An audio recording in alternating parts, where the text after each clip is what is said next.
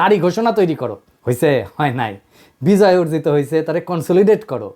আমি বকা উল্লাহ বকেই গেছি, আর ছাত্ররা শোনা উল্লাহ শুনেই গেছে। একটা সেন্টারে আহতদের চিকিৎসা, শহীদদের অনুদান, কোনো কিছুই চলতেছে না। দেখেন, প্রফেসর ইউনুস নিজে স্বীকার করছে টাকা আছে, তাও দেওয়া হচ্ছে না অজানা কারণে। আপনারাই শোনেন প্রফেসর ইউনুসের কাছে, এই যে কি কয়, গণতন্ত্রের আন্দোলন এবং অভ্যুত্থানে প্রাণ দিয়েছেন তাদের প্রত্যেকটা পরিবারকে 30 লক্ষ করে টাকা দিবেন। আপনি নিশ্চয়ই অ্যাওয়ার যে সেই প্রতিশ্রুতি পালিত হয় নাই এখনো। এটা কেন তাদেরটা প্রায়োরিটিতে আসলো না কেন? তাদের প্রায়োরিটিতে ছিল বলেই তো এত কথা ঘোষণা হলো, প্রায়োরিটিতে ছিল, কিন্তু বাস্তবায়ন করা যায়নি।